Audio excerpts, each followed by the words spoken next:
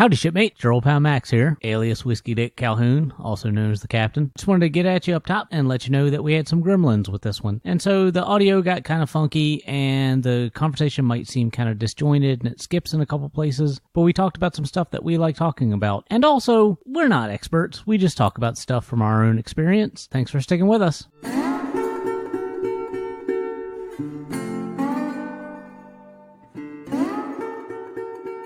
Sorry, I was looking at a picture of a little bumblebee bat on a finger again because they're cute, and it was in my screenshots from me sharing pictures of bats with Eric. It was very tiny. A species of bat? Bumblebee There's bat? little tiny baby bumblebee bats. I didn't grow. What is that?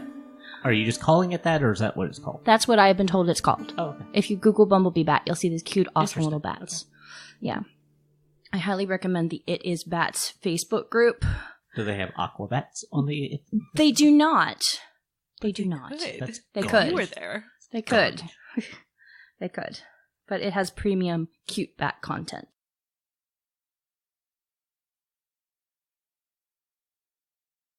Welcome to the Pod Cultcast, where we talk about life, love, learning, and libido, and share our journey through polyamory and kink. I'm Max. I'm Hannah. I'm Chastain. And I'm Eric. I know that Eric learned about this app last night. But I use an app called Whisper. Are y'all familiar with Whisper? Yeah, man. I'm aware of Whisper. Aware of Whisper? Well, I wasn't. And Are you? maybe some of the listeners are not as well. Please describe. There's this app called Whisper, and it's available in the App Store, and I think it's available for all platforms. And it is an anonymous app where you post things and it puts text over pictures and it assigns you a random username that you can change. But the idea is that it's anonymous and you're just whispering out into the universe. And it has a chat feature and people can reply to the thing that you say. And there are groups in this. And so I'm in several groups on Whisper.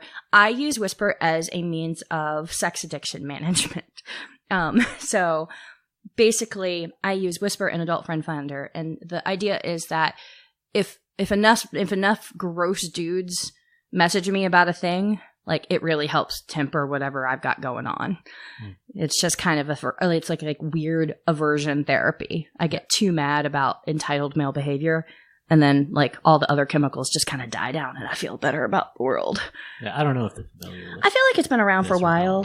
It has like local whispers, so within a certain radius of you, and you can see, a lot of the like what's going on in Richmond kind of thing. But it has all these groups, and let me run down the groups I'm in on Whisper. It's not a very user-friendly app. Here are the groups I'm in. Sexual confessions. I like sexual confections. Sexual confections? Yeah. Strange confessions. Powdered sugar everywhere. SE hashtag UL confessions 18 plus. Polyamory dating. Sexual confessions part 2. Lesbian and bi girl confessions. Freaky sex confessions / fantasies. Not safe for work confessions. Polyamory. Sex confessions. Secret sexual confessions. Late night thoughts and confessions. And polyamory parentheses judgment free parentheses. These are the groups that I'm in. And I'm also in a fat girl group because I'm a fat girl. But that group is mostly like really fit dudes who go like, look, I have a 6-pack. Do fat girls like 6-packs? It's really strange. I don't understand the whole thing. It's very bizarre. So I'm in a couple of polyamory groups and I see questions come up from time to time. Are they judgment-free questions? Not always, no. But the responses are hopefully judgment-free. Sometimes, not always. It's an anonymous app. You're going to get your responses judgment-free? My responses are direct and honest. Okay. I typically don't respond to a lot of things, though, because if you do respond and you happen to have your gender listed, you get weird messages from dudes. It's just going to happen because dudes have no boundaries. That was a sexist thing to say. I shouldn't say that. So, yeah, because it's the internet. So, I have saved some fun whispers that I think would be cool to talk about. So I'm going to read something and get your reactions to them. But all right. Before we do that, we should absolutely disclaim things. Eric. This is a podcast where we talk about love and relationships, sex and kink, and polyam issues, and whatever else comes up. While we talk about these things, we'll probably also touch on stuff like abuse and violence and mental health challenges. These can be difficult topics, so keep that in mind moving ahead. Thank you. You're very careful. Yeah, well, Hannah I hid fucked it up behind her. last time. Hannah hid behind her screen the entire time. If I make eye contact with precise Brian, giggly Eric could emerge. Oh, I love it. I love it. So a few minutes ago, we finished an episode, I guess, for this, where we talked about parties and stuff, and we acted like we have any authority about any goddamn thing whatsoever. We don't. Yeah, we don't. So before we start talking about this and answering anonymous questions, we should also say that we're just talking from our own experience. We're not experts on anything. I'm really just an idiot. Oh. For And entertainment purposes Chastain only. has some gravitas in training and coaching, Mhm. but for the rest of us, we're just talking about our own experience, and that's it. Yeah. Yeah. Thank you. Thank you for that. We might want to cut and paste that one into the last episode even. Well, that's why I mentioned that we talked about that. Yeah. All right, here's the first question. So this actually relates to an episode that we're going to record on Tuesday that I'm actually very excited about on this week. People have been calling it Cultcast Tuesdays, but there's already a podcast called Cultcast, so it's Pod Cultcast Tuesdays. We're doing our testing on Tuesday, and then we're going to talk about testing and all the stuff that goes along with that. So this is a question. Well, not a question, just a statement. I'm poly with HSV, which is herpes simplex, whatever. Virus. My life is over! ! Crying smiley, 29F Dallas.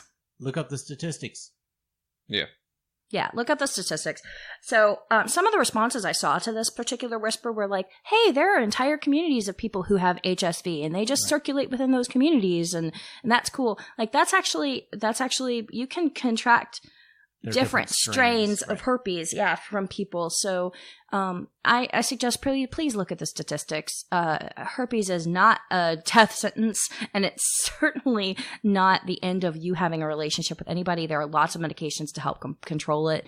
We'll talk more about sexually transmitted infections in our next couple of episodes, but just look up actual statistics and talk to your doctor about methods to control outbreaks and have honest conversations. It's just not that big a deal anymore. Also, have those conversations without emoticons. Hey, this is a judgment-free zone. That's right. You are allowed to have lots of messed up feelings about this. Yeah. Literally what's going on in your body is causing you to have messed up feelings. Absolutely. Absolutely. You're absolutely allowed to have any feelings you want. I wasn't talking about the feelings. I was talking about the emoticons. You know. I don't quite Join understand. the internet era. No, Oh. Eric doesn't internet. It's not his deal. Anything else to say on that one? No. Next time. Okay. All right. So this one is just a meme I saw that I thought was funny. It is 3 panels. And the first is a picture of Simba sitting with his father, Mufasa. And they're looking over the lands. And it says, happy polyamorous people are everywhere the light touches. The next panel is Simba going, but what's that shadowy place over there? And Mufasa says, that's where unicorn hunters and fuckboys go. You must never go there. So I found it funny because there's a lot of negative press about unicorn hunters, and as an ethical unicorn hunter, like, yeah, there are people who don't do it ethically and make a lot of mistakes, and there are men who don't respect boundaries and things like that. But I think that the dark place is just a place where people who have poor boundaries and poor self-control issues live, right? Am I right? What do you think? I don't know. I think that I think that unicorn and unicorn hunter were invented as pejorative terms. They describe a certain type of unethical behavior. Yeah. And so I understand that you are adopting that in a playful way, Mm-hmm. but I also just because that's just a blanket category. No, for people I'm with you. misbehaving. Yeah, people misbehaving. I agree with that. Well, and to respond to the first or second panel before they got to this, there are happy monogamous people everywher the light touches. Exactly. There are unhappy ethically non-monogamous people. Well, But invalid meme next. Well, I think it's important to point out that there is no better type of relationship style, and I think that this meme falls into and that the. doesn't, and happiness isn't dictated by. Yeah, I agree. All right, next. How long did it take for you to stop being jealous in your polyamorous relationship? Nobody's ever stopped. Next. Is that what we're doing? It's not a speed round. Oh, I mean, it took me a long time, and I still have jealousy issues. yeah, that's what I'm saying. I don't think that... Yeah, those don't really go away. It's not something you turn just- off. It's something that You learn to manage. Yeah, it manifests itself in a different way, Mhm. or you're able to like stop and look at it. Mhm. But yeah, in our toxic monogamy conversation, Right. When I have feelings of jealousy, when I've had them in the past, I find that time has really been a big cure for that because, and also respecting my boundaries in the first place and then knowing where those boundaries are so that if I feel like going a little bit beyond it feels safer. Like a thing that bothered me 3 years ago doesn't bother me now. And it's because I've had the experience. I learned through proper handling of the experience that it's not going to hurt or scare me and that I'm not going to lose a relationship over it. I can have the experience again and it's safe and enjoyable at that point. And then I don't have the jealousy or the anxiety feelings or the insecurity. Anybody else? No, it's pretty good. Next up. I just found out my wife's boyfriend is married. That's cool. But then discovered that his wife doesn't know about the affair. It's one thing to know and another not to. It's hard not to see my wife differently now. Oh, that was a weird twist. Yeah, Wait, it has like a M. Night Shyamalan twist at the end. I just found out my wife's boyfriend is married. That's cool. But then I discovered that his wife doesn't know that he's having an affair with my wife. And now I view my wife differently. Because she's taken part. I don't. Yeah, because she's she's engaging with somebody who is cheating as opposed to having an ethical thing. Okay, I do get that actually. Because I feel like in that position, I would say, I don't know that other couple. I don't know what their deal is. So I'm not going to judge them. But the person I'm with, I had a different standard of behavior for them. Right. That's tough.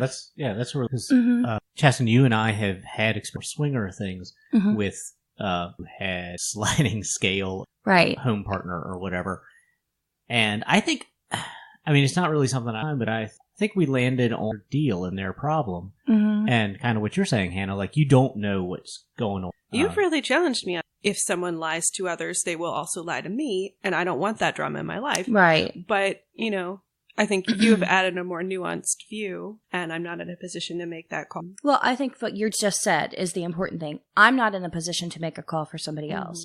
If I consent to be with this person and they consent to be with me, that's the decision that they've made. Yeah. And their other relationships only affect me if they affect me.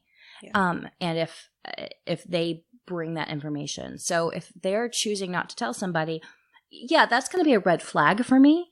Because that's going to show me that maybe there's a level of self-awareness or emotional maturity or boundary setting that they don't have.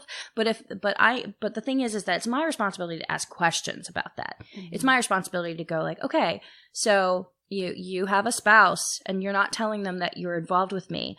Does that mean that they don't know that you have sex with other people? That they don't know that you date other people? What does that look like?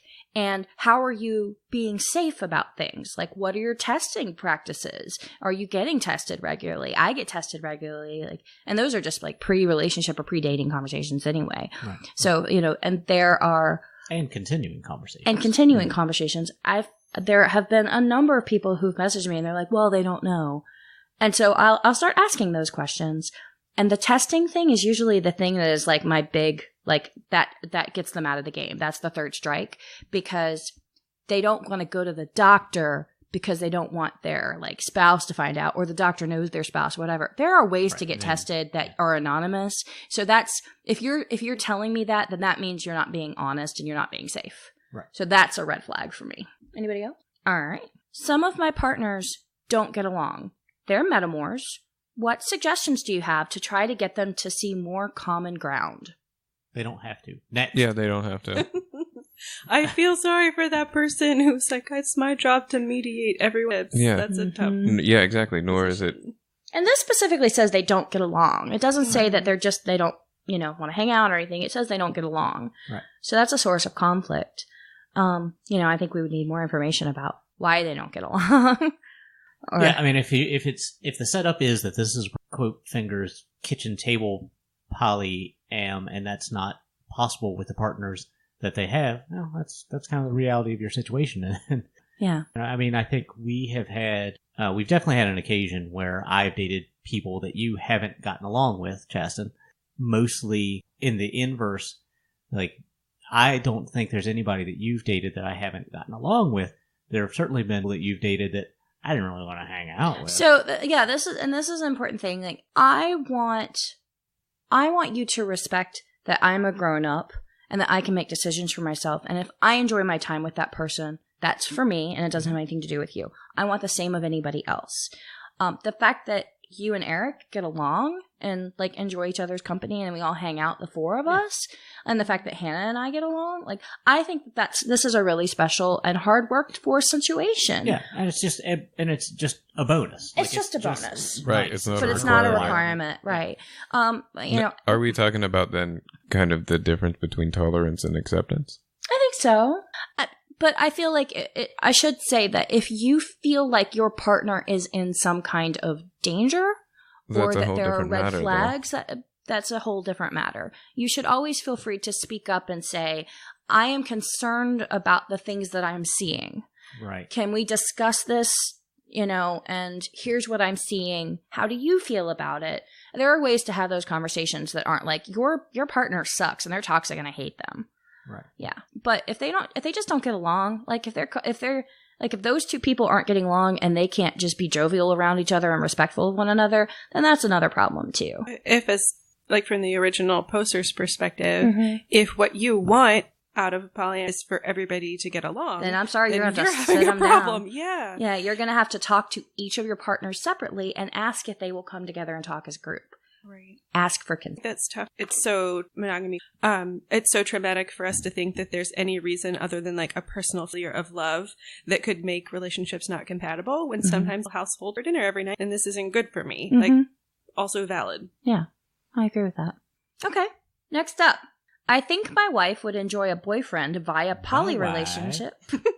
I think my wife would enjoy a boyfriend via poly relationship, but they have to be over 9 inches or more. Everyone just wants one night stands.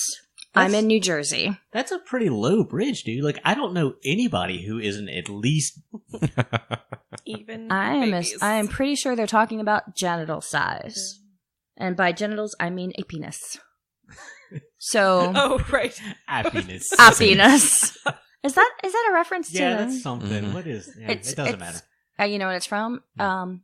The Beverly Hillbillies movie. Yeah, it is. Leah Thompson plays a fake French au pair or nanny or what have you, and she says, "Happiness." Yep. And solved it. So we're done with that one because we figured out happiness. Happiness is the Okay, key so to happiness. this is. I think my wife would enjoy a boyfriend via poly relationship.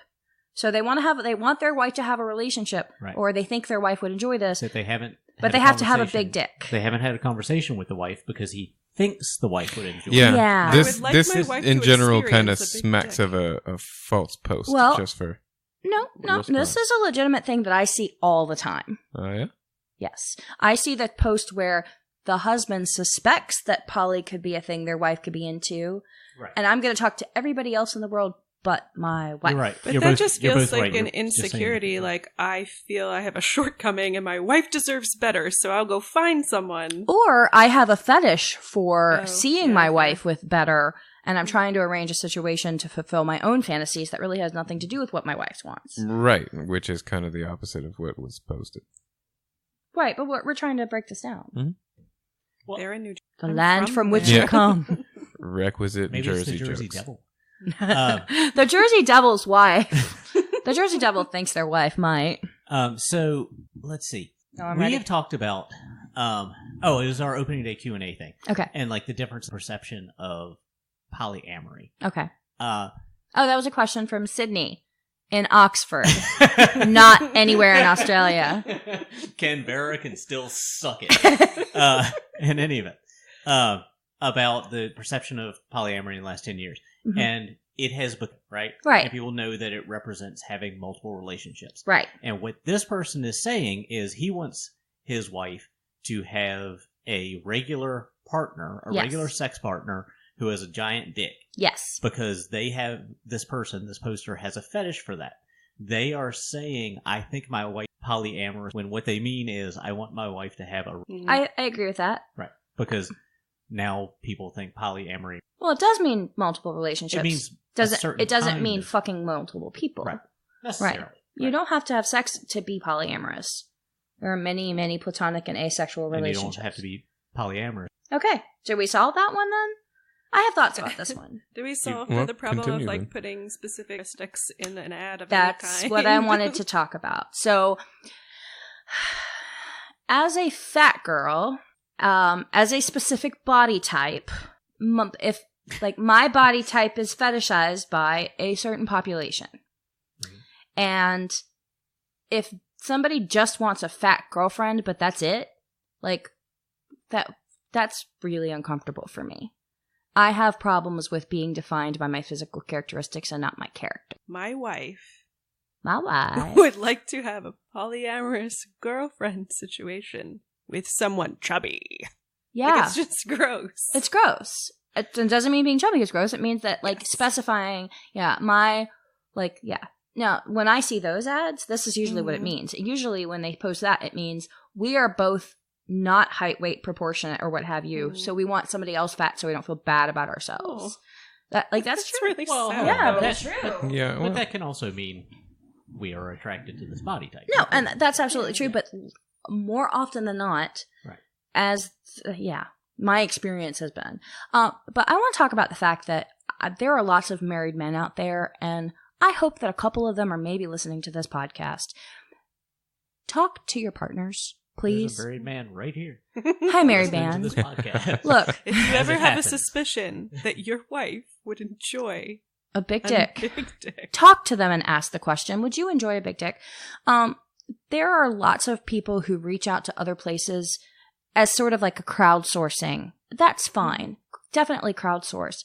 But here's the thing. When your partner finds out you've been crowdsourcing information about your relationship with them, that can feel hurtful and like betrayal. So consider instead making a list or talking to one trusted person or asking one trusted person some questions or seeking out professional help like a relationship coach or a therapist. There are lots of resources on the web. Don't just start asking random strangers to fulfill your fantasy for you. If this is something you truly want with your partner, have a conversation with them. If you don't know how to have the conversation, I can recommend several books. Opening Up is a great one. Really, really should check it out. But just fucking talk to your partners. I don't understand why this is so hard. Yeah. This is what I encounter. I encounter at least 6 to 7 times a day. Married dudes who want to open up their relationships, but they won't have a conversation with their spouse because they're afraid of judgment. They're afraid their spouse is going to want a divorce. And most importantly, they're afraid their spouse is going to say no.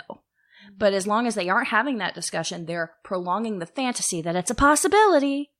But that's not healthy for anybody. We should start things that are answered. Like one of them. Yeah. Talk to your partner. Yeah. Another answer to most questions is use your big boy word. Or As big girl. scary as it is or to big talk person. to your wife, Use your big person word. how much more scary is it to address every 9-inch dick in New Jersey? Yeah. Perspective. that's where they make them, isn't it? to address everyone? Yes. One, The two, three, Jersey baby. Devil This is is a question actually- for anyone. The Jersey Devil is just a walking penis. Jersey. Yeah, talk to your partners. Talk to your partners. Okay. Next question. I think this is a good one. I'm poly, and my current boyfriend Hi, doesn't. Polly.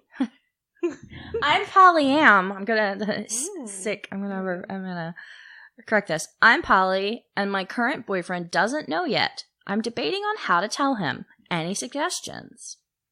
This Could the is- answer be talk to your partner? Yeah, right. But this Just is tell them. the off the top objection. Head for it. Yeah. Yeah, like you are interested in romantic relations. Mhm. You are not polyam. That's my opinion. Other people disagree, but I don't think I also It's too broad a term to be an identifier. I agree.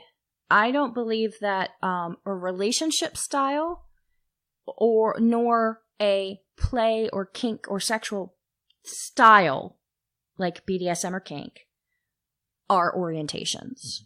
I don't believe that those are orientations. I believe your sexual like partner preference is an orientation. That's it. Hannah, I know that like you refer to yourself as polyam frequently. Do you identify as like, I'm a polyamorous person and this is just who I am in the world? I really think that is shorthand and maybe kind of sloppy shorthand. It is. For Yeah. I consider important. Mm-hmm. I can absolutely understand getting well into a relationship and being like, well, so when's the right time to bring this up? Because there's no one I'm in my life right now, but it could happen. And how long is too long? That freaks me out way more than that. So, but I don't think it would be accurate to say that it's a choice. But also, like, I value tips. Right, so what absolutely. I think it's a trick of terminology that makes it. And I frequently say, we need to speak from the same lexicon. We need to be using the same dictionary. And if we don't think we are, we need to talk about what our dictionaries say individually. Yeah.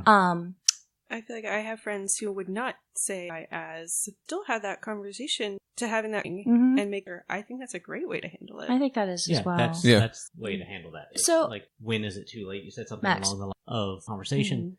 Is it there isn't to bring in now, but when you meet that person, then it's too late to have that conversation because that's an entirely different conversation than I am open to this thing. Right. I've met somebody else. Exactly. That's an entirely different conversation. Well, I think that's the way it happens for a lot of people. It does. So I feel like it's a similar like anxiety I had whenever I was like, okay, I have this good friend. I'm in a process of like coming out with myself and I want them to know that I'm pansexual. Will they think I'm coming on to them just because I share the information? It's like there's an implied action. Well, and I think hey, not you, but I'm interested in dating women. I'm going to have to mention the 4 agreements now. Don't take it personally. Somebody's reaction to you is not your responsibility. So if you give somebody information, how they react to it and assumptions that they make, they shouldn't be making assumptions, but it's not your responsibility. And I think that's a part of anxiety that we all kind of cultivate is that with anxiety, we think that like, it's about us, and we take those things personally, and it's not. I think, personally, for me, I think it is important to put it out there, like, as soon as possible. It is on my Tinder profile, my OKC profile, that I am in relationships, and that I am polyamorous, and what that means to me.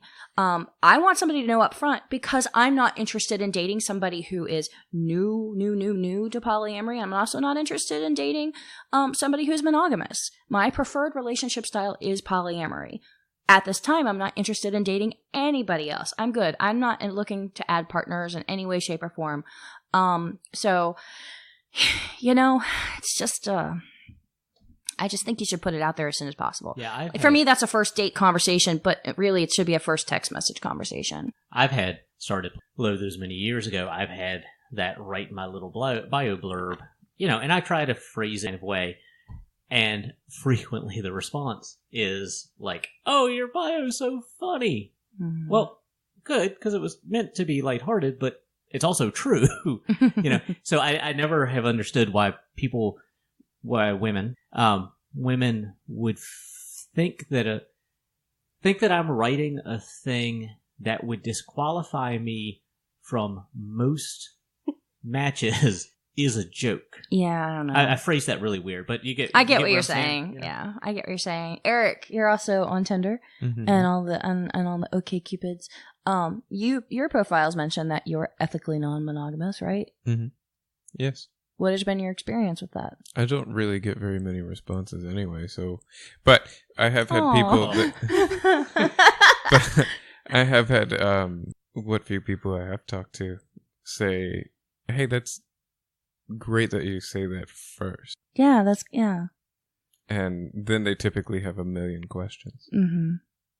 Yeah, I think that there's the hard part of like putting it out there is that people do want to ask questions. And so that's fine. I don't mind answering questions. I don't mind answering questions, but there's a lot of emotional labor in that for me. And I also think that there are so many better resources out there than talking to me. Definitely. So I'm like, hey, Google is your friend. Right. The top 3 search results are probably going to help you out. How do I talk to my partner about polyamory? How do I become polyamorous? How do I have a polyamorous relationship? What is polyamory? All of these things can be found in a search engine. Just use Google. I am not Google for you. There's that web link that's like, let me Google that for you that you send to people. Yeah. Yeah, I think it's important to put it out there ahead of time. Obviously, this person has not put it out there ahead of time. Yeah. So I think now, like, if you're afraid to share it, you have you're no kind control. of already down the bad road. Like, yeah, you have no just get control it out over that. there. You don't know how they're going to react, so you might as well talk about it sooner rather than. Any more on that one? Okay. I'm in a polyamorous relationship, and I got cheated on. The sex doesn't matter. The lying hurts bad. Cheating is possible in polyamory. We should go ahead and say that. I really don't know what more to say about it. Like, Yeah, that one kind of does. it has a bow on it already. Sorry. I mean, that's really like the essence of any. I've never liked you. I think that it denigrates the act itself. Like, it makes it like, I mean, it makes it kind of a cheap thing. What term would you use? Betrayal is the one that comes to mind for me. Betrayal, like, if I'm being formal, I might say infidelity. But anyway, like, the whole thing about lying sucks. It's, I say to you, mostly joking when we're playing around, like, it's the lies that hurt, But it's true. It's true, It's true. I think, our relationships, that is what we're doing. That is the relationship. Sex is not the breaking agreements.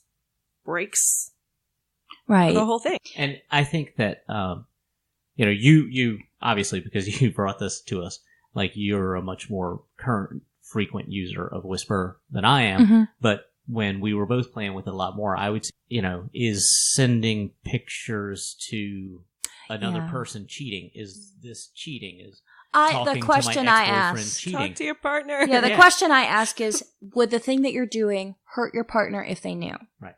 If it wouldn't hurt their partner if they knew about it, then it probably doesn't hurt them if they don't know about it. But at the point at which you're doing something that you think could hurt or betray or violate somebody's consent to be in the relationship with you, at that point, yes, you are cheating. You are committing infidelity. And yeah, again, like, as somebody who talks to lots of frustrated married people who are just trying to open up and stuff, it's like, well, I don't tell them what I'm doing because we're staying together for the kids, or I don't tell them what I'm doing because I just don't think they'd understand, whatever. And I always go back to, like, well, are you getting tested regularly? Like, if you're having sex with your spouse and sex with other people and they don't know, you're being unsafe and you're putting your family at risk. And that's a huge violation. That's as bad as the betrayal itself. So I think that sex is as bad simply because STIs come into the picture. And if you've had sex with somebody else, like, everybody needs to get tested at that point, the spouse included. Yeah. Well, and so everything just comes back. With the people you're with, and our very strict agreements about. And people often have miscommunications about the things that they have agreed to, which is why I highly recommend having a more formal relationship agreement written down that you revisit every now and then, or at least have the conversations, the check-in conversations. I think if you're doing something and you're not sure if it's within the bounds of the agreement and you're not asking questions, you're still committing an act of betrayal. If you know that it's shady or know that it's in the gray area and you're not asking because you're like, well, there's this kind of loophole where I get to do this, that's not okay. It is exciting to push limits, and sometimes we make mistakes, but we need to be honest about that with ourselves and then with others. I mean, I've been cheated on. Who's been cheated on in this room? Show of hands. Just you and me? High five. Well, I mean, me and Eric are both raising our hands right now. Well, I'm gonna abstain from qualifiers on what I consider. Yeah, so I get that. That makes sense. Hi, this is Chastain from the Pod Cultcast. We'd like to take a second to thank our Patreon patrons, our cult bursars, Jenny and Chip. They're making it possible for us to keep our episodes available indefinitely and also produce more content every month. Our patrons get exclusive access to episodes of the Cultcast Media Club, where we talk about books, movies, basically anything that has something to do with kink or polyamory. If you'd like to support us, go to www.patreon.com/podpodcultcast. Remember, that's cult with a V. For just $1 a month, you get access to our exclusive RSS feed and a little bit of love from our Captain Max. Thank you so much for believing in us.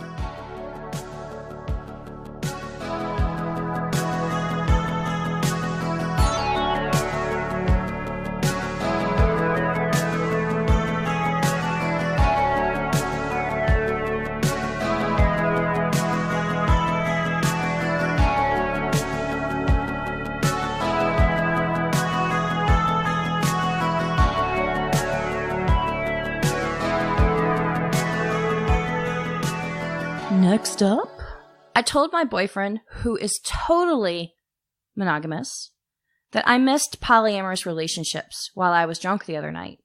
He wasn't mad, but he hasn't said anything else about it since. And I don't know what he's thinking, haha.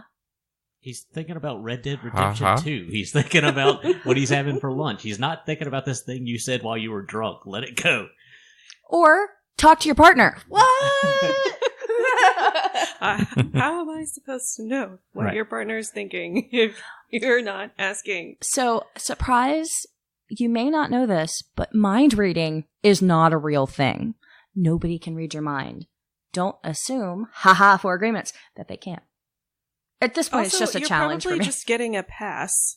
Like, your partner is choosing not to hold against you a hurtful thing that you said while intoxicated. But was it hurtful to say, like, I'm polyamorous? Like, just because they're monogamous doesn't mean... He didn't even say that. He said, Yeah. I miss polyamorous relationships. Yeah. Right. And I don't think that's a hurtful thing, necessarily. No, Yeah. I'm just saying that, I guess, the worst possible, just not talking about the thing, is that maybe they weren't comfortable with it, but decided not to call you out. Right. Because most of us are, like, confrontation avoidant, right? Mm-hmm. So Yeah. it's easier just, like, it happens between all of us. Like, get up And later. that's fine. And- Letting it go to have peace is fine. But I feel like if you are the one still dwelling on it, you got to be the one to bring it back up and say, hey, we actually do need to have this. Appreciate that I say when I'm drunk or do when I'm drunk. I got really drunk last night and I fell up some stairs. So let's just, And I'm calling myself out on it. So you don't have to tell me. Embarrassing. That's fine. It was embarrassing for me. But I just want to say, Eric, you and I now have matching shin bruises. I have my bruises in the same place. Well, that's on the shin. Yep. It's pretty funny. Okay. Here's one. I think this one's really loaded with some good stuff. Or bad stuff. We'll see. One of the good things about polyamory is that we were in a sexual drought, and then we started talking about bringing in another lady, and now my wife is all over me this weekend. It's rekindled the flame. That's swinging. Well, that's swinging one. That's also using polyamory as a band-aid for your existing relationships as opposed to addressing the problem head-on. And also a fake shitpost fulfilling a fantasy. Well, but is this also a thing where, like, couples this is a have thing this that happened. conversation, and he's like, okay, go explore your bisexuality, and then she has coffee with someone, not anyone in particular, like one time, and then they're like, never mind, we're good. Because I feel like this happens all the time. And I don't know if it's like women think that they want a thing, and then very understandably they're nervous about how it's going to impact their relationship, or is it like our relationship just got better because you went on one date? Well, I think that there are a couple of things. I mean, that whole new relationship energy and that chemical excitement when you're excited about another person absolutely rubs off on your other relationships because it affects you. Yeah. But also, I mean, pillow talk is nice. Pillow talk is nice. Like, and whether it was bringing in any other people or not, it was changing the routine. Exactly. Right, and then talking about having sex with other people, and now, like, we have really hot sex while we're talking about having sex with other people. And anybody necessarily follows through on it. Yeah, I think, more often than not, people are too nervous to take that next step and, like, do the work that it requires to actually get out there and date. Dating sucks so badly. I mean, that's not fun. Yeah.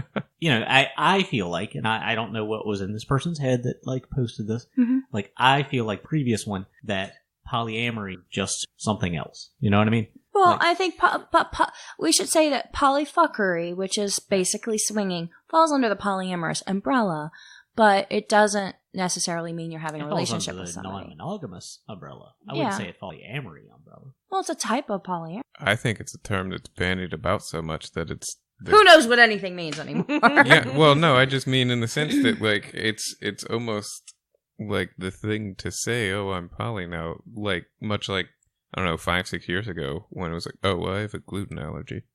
Yeah. Yeah. You just get bloated when you eat bread. Yeah. Okay, this one's just a positive comment that I thought it touches on something we touched on. Oh, there are positive comments on there too? Uh-huh. Okay. I'm so excited. I'm not getting my hopes up, but I think I may have found a boyfriend that my husband can be friends with. Okay. Yeah, Sweet. that's positive. Awesome. That's everybody's goal.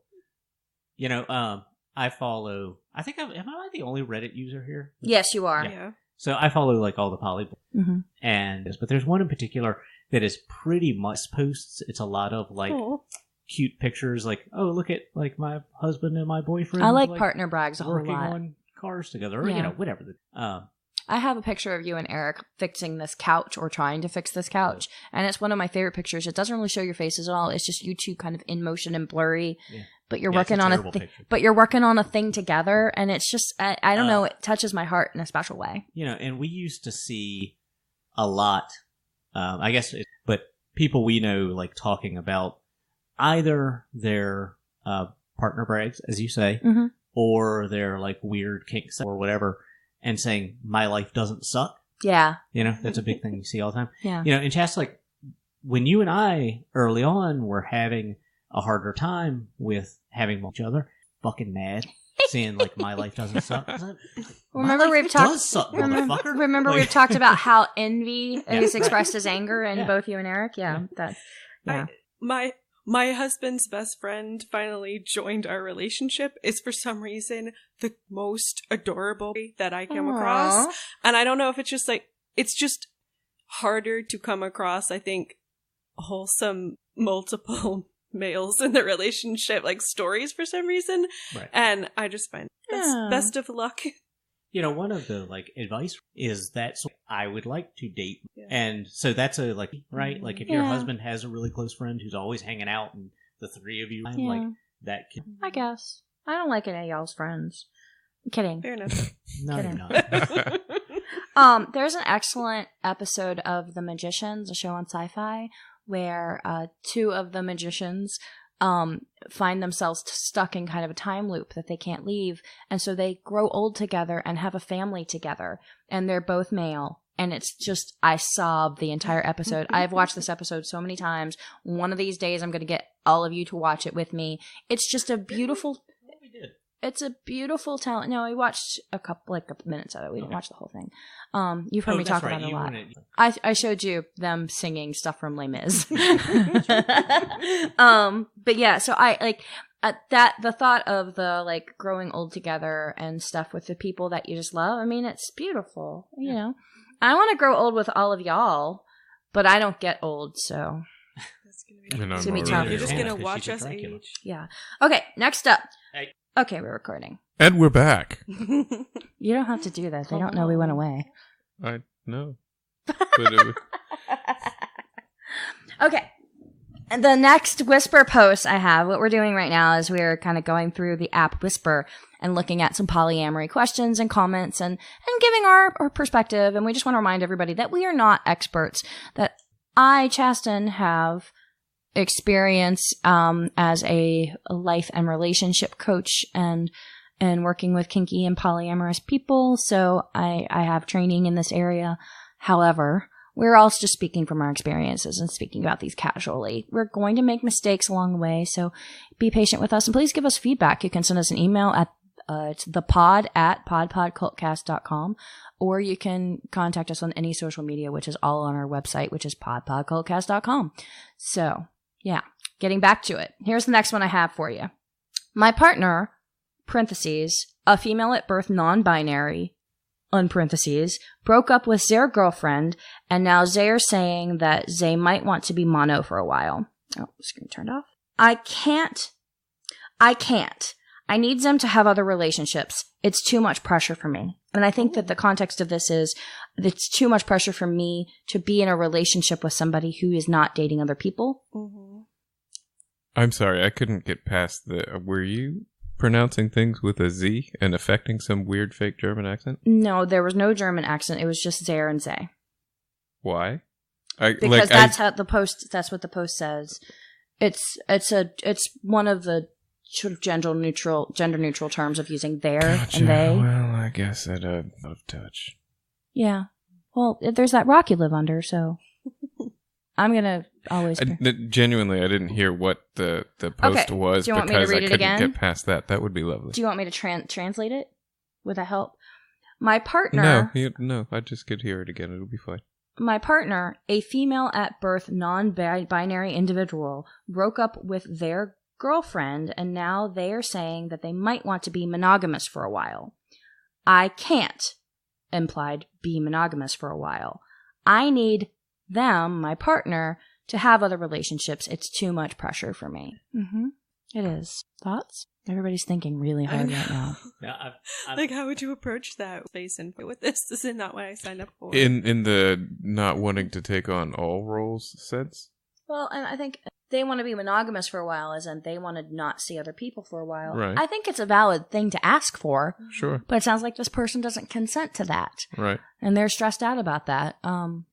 It does make me wonder if there's what boundaries or like temporary rules could we set up that would know what are your concerns about me not seeing somebody else? Because, it seems like this. It sounds like by making this post, that's an expression, an intent, and a desire to work through it. Right. Yeah. So I've worked with people who they've had times when the polyamory part of their relationship is struggling, and or they're having other areas of struggle, and the time spent with other people is causing stress. And so I suggest a specifically defined time period of a pause, which is it's sometimes hard for people because you see people who have the addiction to the NRE and the addiction to the attention from other people and stuff like that, and it can be challenging to stop, quote unquote. But you're not stopping. Your partner is asking you for time to sort some things out and giving you a specific end date for that. So there have been periods in my relationship with Max when I've said, hey, can we focus on us right now? I'm struggling. Can we have a week where you don't see other people and things like that? And Eric, I've had times when I've said like, hey, I don't want to talk about Tinder or other people right now. Like I'm not in the right place for it. Can we have a little break from that and a break from the like seeking other people kind of thing? And it's gone well because you've consented to it and we've talked about it. Yeah, but it's the tough part of it is if you have an established relationship, and I kind of missed a lot of the question. If you have an established relationship, it does feel unfair to say to your other partner, I can't hang out with you. Right. It's perfectly valid to say that, but it can feel unfair. Well, it can feel unfair, but I view it as setting a boundary. I view it as saying, hey, to maintain my own personal health, emotionally and physically and all of that stuff, I need to focus on this area of my life for this specific period of time. Mm-hmm. Can we set a date for after that period of time? And I'm not talking about like months upon months upon months. If it's going to be more than like a 4-week period, that's a more serious conversation than talking about just not seeing other people for a while. But if it's a week or two so you can spend some dedicated quality time with a partner, I don't see a problem with not seeing somebody else for a week or two. But that's me. I understand that can be a partner, not a concern for yes. themselves. Yeah. So it sounds... I don't want to date you if you're not dating someone else. It's pretty harsh to somebody who just went through a breakup to say, no, I need you to hurry up and get partnered again and quickly because I can't deal with you. Yeah, that was what kind of threw me about that whole thing. Yeah, I think this post is saying like, oh, like, 1, I don't want to be monogamous with you. Mm-hmm. 2, like, I don't want the pressure of being your only partner. I completely understand where you're coming from, but I have no idea how I'd frame. I think the conversation. I think it comes down to establishing. If there are things that you're worried about having happen in the relationship, talk to your partner. But if you're worried about that person being more demanding of your time or more demanding of your emotional resources, you can always encourage them to talk to friends about stuff.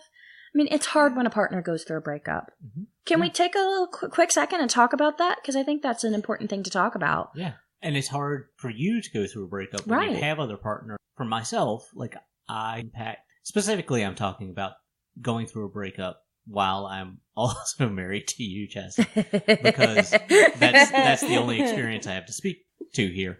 But like, I try to lessen the impact on you because that also feels unfair. Well, I feel like it is perfectly okay if you've gone through a breakup to seek comfort in the people that make you feel comfortable and safe. And, but ask for it. Like, it comes back to consent. Yeah. like ask if that person has the emotional resources to give it. And unfortunately, Max, I think for you and I, in times when you've been going through a breakup, there have been things that have affected me, and I've had to pull back and take care of myself. Yeah. And I haven't been able to offer that comfort to you. Well, but also I'm not a huge comfort seeker. No, Like I'm a you love hiding under a blanket, and I respect that. Blankets are awesome, but I mean, you've been around me through several breakups. Yeah. I mean, like Hannah and I broke up. Like you had two partners that were you dealing got that with from both sides. Yeah, you got that from both sides. That'd be so fun. I don't know what else there is to say about it, but it was difficult. And that's a very particular because No. a lot of people separate relationships that way. But that's really hard because like maintaining both of them pulled and trying to be like I said about it. It's, I just had a thought, and follow me because it's not a well-formed thought. As you know, my relationship style is polyamory, but I think that I also have a breakup style. I think my breakup style is that I prefer to approach problems head on as opposed to letting them linger. And if I'm not comfortable, I will enforce my boundaries. But I also seek comfort from the people who make me feel a sense of comfort. There are people who just want to be left alone and like eat ice cream and cry. There are people who want to get back out there. For me, I'm not a get back out there person. For me, I'm more of a, let me think about this. What could I have done better? Did everything I could on my end, like what can I learn from this relationship? So I think that the idea of a break, like I said, and this is not a fully formed thought. Do you mean as how you process it, or yeah, how you process it? I mean, we all have ways that we process that stuff. I don't think that way is necessarily unique to the specific relationship. There are absolutely aspects of it, like including time and things like that. I think the longer you're in a relationship with somebody, the longer it takes to get over that relationship. But I think ultimately, like, I have a way that I process everything in my life and all negative things that happen. And that applies to my relationships. Do you think that you have a breakup style?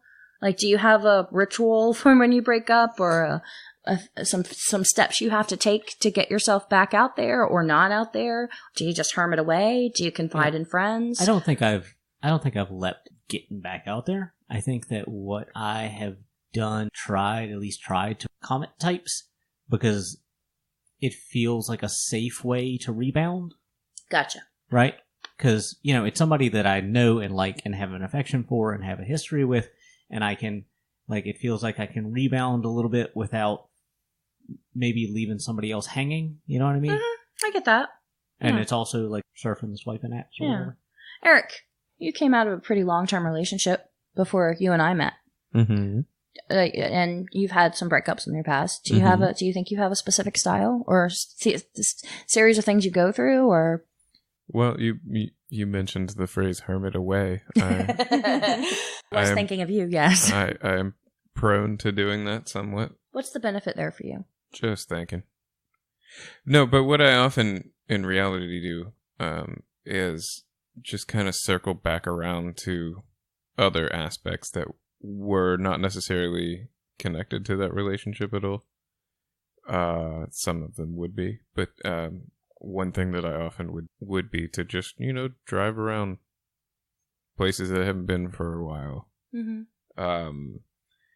Or, I don't know, eat a food that I didn't typically eat in the past. A reconnect or a new finding of yourself kind of thing? Very much so. Like self-discovery? Yeah. I think I do that too. A little bit of a shedding of skin sort of thing. Yeah, like in a half-joking, specific sort of way. Like, my last partner was very bland as far as the food that she would eat. And so that meant that I was also very limited in what I could cook. Mm-hmm. And I was never really allowed to use very much garlic. And then when I moved back to America and said, oh, well, you know what? I'm going to garlic the shit out of this meal. And the smoked paprika. Mm-hmm, mm-hmm. That's delicious stuff. And I still need to try your... my redneck curry? Your redneck curry, yeah.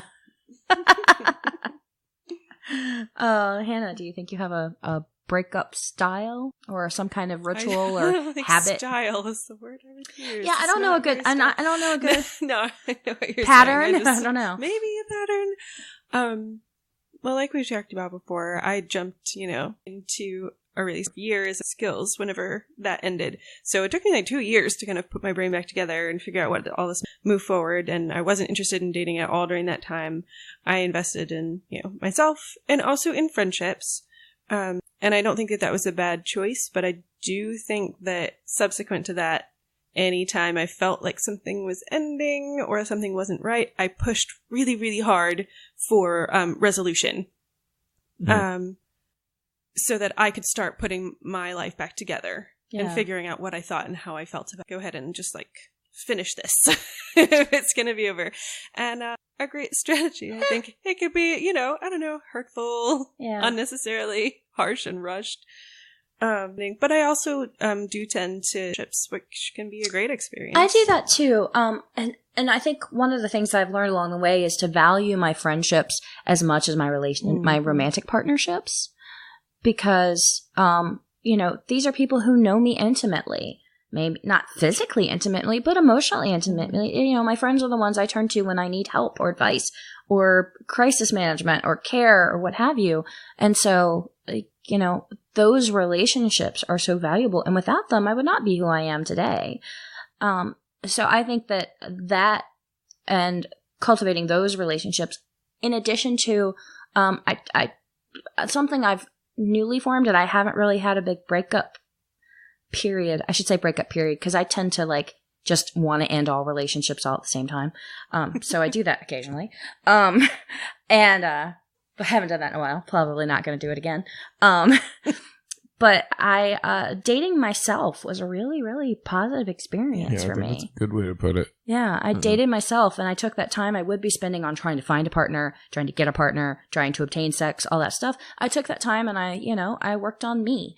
I worked on stuff I was interested in. I read a lot of books. I went to places by myself, and that was new for me and really, really important.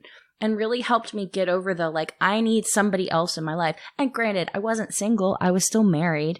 But I think, Max, you benefited from me taking that time for myself as well, because it allowed me to see the value in the time that you need to take for yourself. Yeah. I have interest that applies outside of the realm of breakups. Max, Yeah. I think it's fair to say that during our relationship, you have had periods of more energy for dating than periods of less energy for that.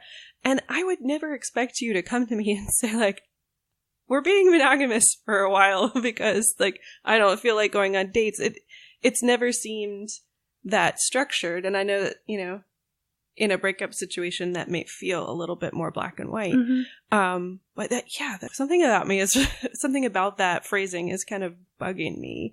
I would not expect you to announce that, make it a policy for both of us or anything. And I also wouldn't be oh no, I have Max's undivided attention. This is going to be terrible or great. Or that's not the assumption I would take from that. It would be that you had other priorities or that you were in an introspective period. It could be so many things that are not just wow, I guess I'm just taking the full brunt of all your relationship needs right now. I think this post comes from a place of insecurity. Yeah. I think this post comes from a place of not being sure you can meet those needs, and therefore already deciding you can't. And also a place of, if the other person wants to be monogamous, typically that means I feel unsure about myself. So the idea of you with other people right now feels hurtful for some reason. Yeah. And therefore I need some time to think about that and whatnot. And I think that's a perfectly valid way to feel, but it's how we communicate about it. Right. The majority of times that I have asked for that pause or break or what have you are times when I have been under emotional, just complete emotional stress. Yeah. And I could not do the thing about myself to make those insecure feelings go away. Mm-hmm. So I needed that. I needed some security from other places in my life. But I've learned since that, somebody liking somebody else has nothing to do with me. That's a thing that it took me a while to learn in life. So now that I know that, it's pretty cool. I'll do what you want. All right. I have one last one. How do you explain being polyamorous? I tried explaining it quote, My boyfriend makes me feel whole, but I also feel like someone's missing, unquote. We talked about puzzle pieces in our toxic monogamy episode. It doesn't sound like explaining that those specific words, explaining being polyamorous, justifying being Yeah. polyamorous. Yeah. You know, Well, and we feel defensive about the things we don't feel secure in. you know, if you dropped off the last part, if the question was, how do you explain being polyamorous? Well, let's go there and then go with the rest of it. So what that question sounds like to me is, how do you explain the function of it? And it's How does it work? And it's the thing that when we were talking a few conversations ago about being out to people, I, especially with on the job, like speed through it, and I kind of go like, all right, look, here's the deal. All right, look, here's the deal. Like, Chastain and I date other people. It's no big deal. That's all you need to know. You know what I mean? Like, but to explain, I guess, so then the way that what they're really saying is like, to explain why you are what you are, And I think why you do what you do. so. The little story that plays in my mind when I read this, when I read this post, is this is somebody who's sitting at a dinner table with their parents, and they're trying to explain what's going on in their life to their parents. And they're either they're coming out, or they do feel like they're in a place where they have to justify a choice that they're making in their lives because they feel judged or insecure about it. So that's the little story I have playing. Like, there's a bowl of peas on the table. So in that case, when you're trying to explain it to somebody who is questioning your judgment because of you choosing a relationship style, how do you handle that? Have you experienced that? Yes, Well, but not in the Y'all know that many people in my life have directly asked me, why do you think this is okay? And it's so difficult not to jump down that rabbit hole that's offered to you and be like, well, here are all of the reasons everything's fine and consent. It's a trap. And I have tried to redirect and say, like, Why did you just look at me so hard? I know you do a great Admiral Akbar. You started to do it. Don't act like. Yeah, I looked but at I him. also suppressed it. I looked at him and I made Okay, him. okay. It's a trap. Yay! That was a terrible one. It's okay. There was We too still much enjoyed pressure. it. We celebrate you. It was a meta trap because I was trapped into saying that's a trap. I adore you. Okay. Eric, Yeah. you had something that you were going to say a second ago. What were you starting to say? Well, I was starting to say that I've had almost like the polar opposite of that described experience, where it's not people that are questioning my judgment. It's like, hey, where do I sign up? oh, nice. Yeah, that's I've told the story about written email to To my your sister? Mhm. where I felt it necessary to and like when I do come out to peers, it's just like, okay, cool. Anyway, what's the funny story that you wanted to tell? Yeah. Mhm. Yeah. Yeah. I do think I've gotten better at like crafting towards my current audience.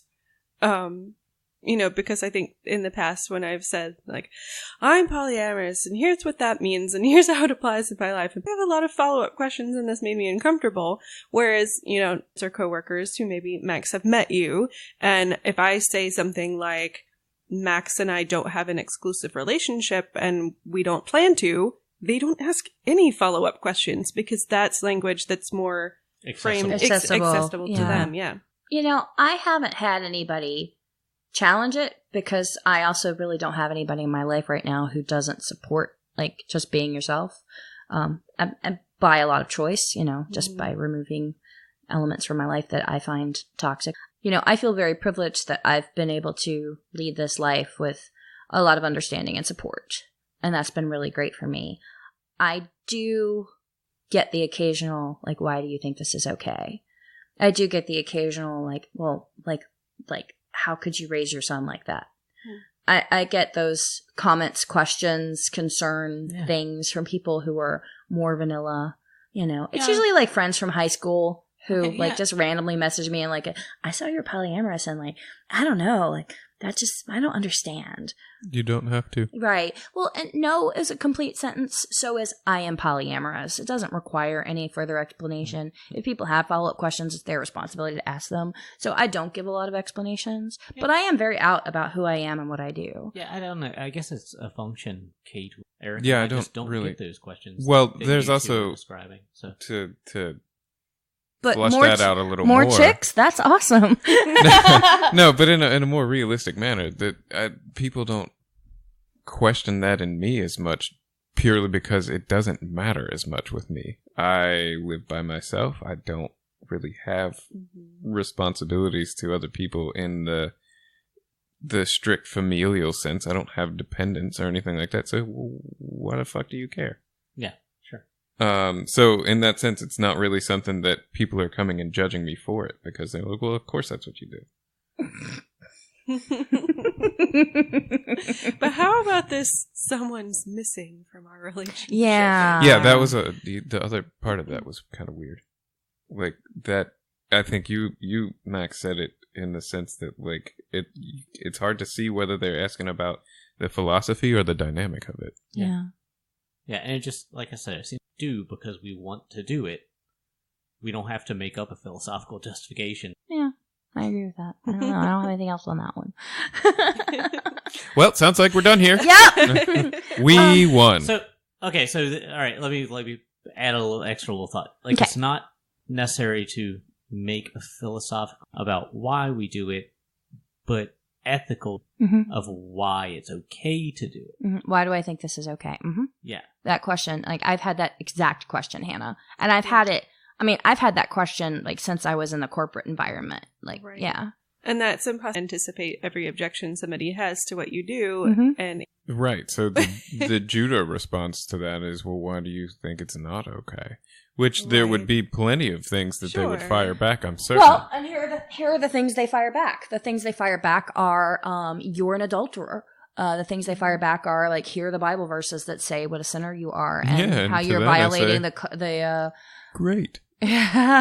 well, and like, but how can you call yourself a Christian and also? I don't. But I do. I am a Christian. Yeah. And so, yeah, I've had these questions. I've had the judgment. I've had the like, so you're a slut, right? Like, so you just fuck a bunch of Proudly. people, like, and I do respond that way in most contexts. But the problem is that back then I didn't have the language sure.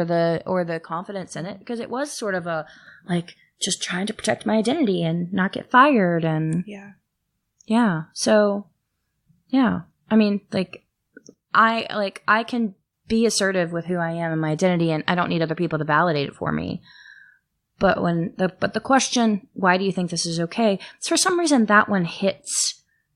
Hannah, do you know what I'm talking about? Yeah. I think I know what you're talking about as well, because it's not just questioning what you do, it's questioning who My you are. ethics, yeah, my character. Yeah. Yeah. What went wrong with you Yeah, exactly. Yeah. that made this happen? Yeah, I've had people, people who know I'm kinky have just blatantly asked, "Were you abused as a child?" They've asked that about polyamory too. Like, The that's Dr. just, Drew approach. it's all terrible. Yeah, the one anecdote that I have that's close to that is that a former partner sort of outed me to that, I was at least interested in polyamory, that I was reading message at the time it was Yahoo groups. Yeah. Message boards about polyamory, and his response was like, I mean, like the church kind of isn't cool with that. And I was like, yeah, I know that. And he's like, all right, we're done with that conversation. Like, he fulfilled his obligation, and once that was done, we were fine. And I think we went back to talking about it. Well, I think that maybe in a future episode, maybe we could do a little research and think about, like, in what way is this wrong in terms of, like, contemporary Christianity? Like, what is it that we're doing that hurts anybody else? It's not. It's all sanctity of marriage and repopulation of the Right. species, right? Because I've tried, or I've seen people try to turn that back, and this is consensual, and if you need a reason for why it's okay, that's why. But definitely in Christians, that gets twisted really fast. I would love to do some research and Yeah, I think share that on would be that fun. further because I get a lot of like, well, there are plenty of things that can be done consensually that are evil. Like, I don't actually know if that's true. Like, I have to give that one some serious Yeah. thought. I think we fundamentally disagree on that. I But love let that. me think on it. I love that my like drunken like, hey, let's do a whisper episode has turned into now we have this other episode we can talk about. Yeah. So good job, everybody. Anything further to say about anything? Like ever? You're welcome, Whisper. We have answered all of your questions. I think this would be a fun little segment to bring back from time to time. So Revisit this. yeah, so we'll You know, probably I- revisit not a whole episode maybe, but we'll just do like here's our question of the week or what have you. Not to be repetitive, I do think that a lot of things Reddit are just like fantasy fulfillment. I agree with that. statements. Yeah, throwing it out there to throw it out there. Well, I Yeah. mean, just based on the And number to get of somebody to like To get a rise take out of part people. in your fantasy. Yeah. Because if you say something about sex or relationships in those forums, somebody's going to talk to you. Yep. You know? Yep. 100%. Which is why I just lurk and report pedophiles. I like to lurk and I like to report the pedos. Okay, so wrapping that up, we have a couple fun things coming up. We are going to do our Cultcast Media Club episode. That's going to be coming out soon, next week or so.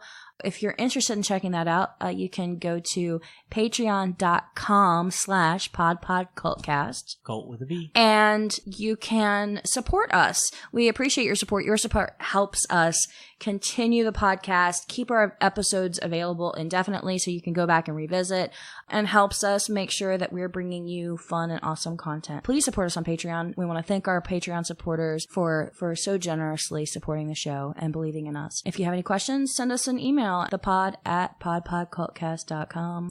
Yeah. Anything else for the road? Canberra can still suck it. Have a great week, everybody. You've just heard the Pod Cultcast with your hosts Max, Hannah, Chastain, and Eric. Our theme music is Spencer Blues by Lobo Loco. Our break music is Gabarino from YouTube. Subscribe and review on iTunes or check us out on your favorite player. Visit our website at www.podpodcultcast.com to find all of our show notes and follow us on social media. Thank you so much for listening.